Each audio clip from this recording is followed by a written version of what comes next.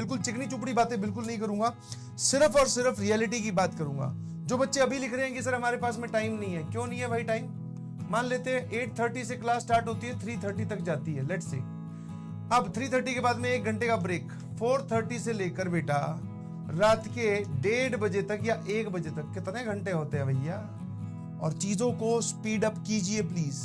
Notes आप कितनी जल्दी बनाते हैं वो आपके लिए इफेक्टिविटी लेकर आएगा, ना कि नोट्स में आप आराम आराम से टाइम बिता रहे हो। नहीं, रिवाइज ज्यादा करो ना, उसकी जगह रिवाइज ज्यादा कीजिए, उसकी जगह आप क्वेश्चन प्रैक्टिस ज्यादा कीजिए। आपको पता है आप ड्रॉपर है, आपको पता है।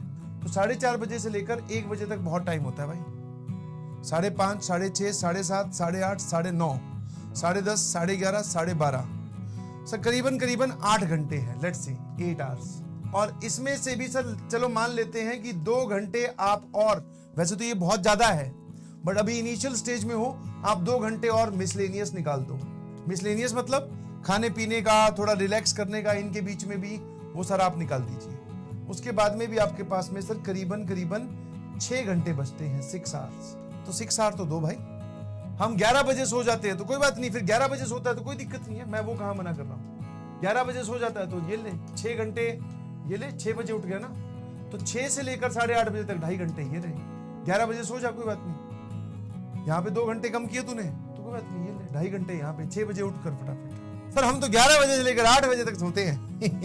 मैंने कहा हाँ यार, अब समस्या तो यही है ना, धीरे धीरे अपने शेड्यूल में आप परिवर्तन लाइए, धीरे धीरे उसमें चेंजेस लाइए और धीरे धीरे सीरियस होते जाइए प्लीज। पूरी कोशिश, बिल्कुल सही, कोशिशें ही सफल होती है और इंसान के बस में सिर्फ और सिर्फ कोशिश है।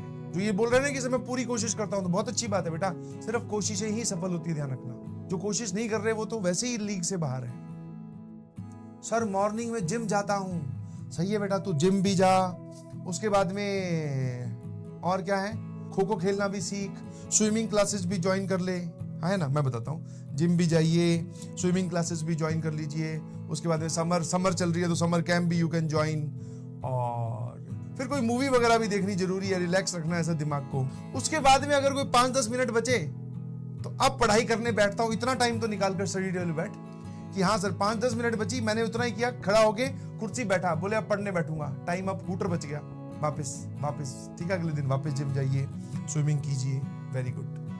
क्रिकेट खेलिए, कोई दिक्कत नहीं है बेटा, सही है, क्रिकेट खेलिए, जिम जाइए, स्विमिंग करिए, ताकि बाकी लोगों को तो आगे आने का मौका मिले, बाकी लोग सतर्क हो जाइए प्लीज। कंपटीशन एक्चुअल में जितना दिख रहा है उतना है नहीं, कंपटीशन एक्चुअल में जितना दिख रहा है उतना है नहीं। क्या मेरी बात समझ में आई? हाँ, डांस क्लास भी ज्वाइन कर सकते हैं, बिल्कुल।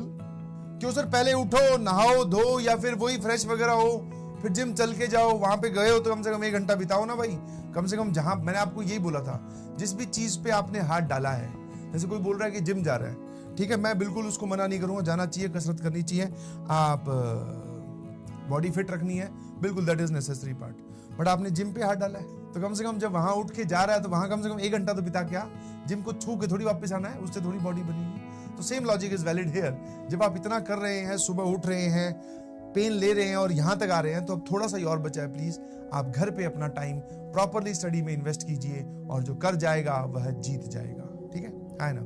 आप किसी भी टॉपर का इंटरव्यू देख लीजिए, किसी भी जो सेलेक्ट हुआ है, वो सब यही बोलेंगे सर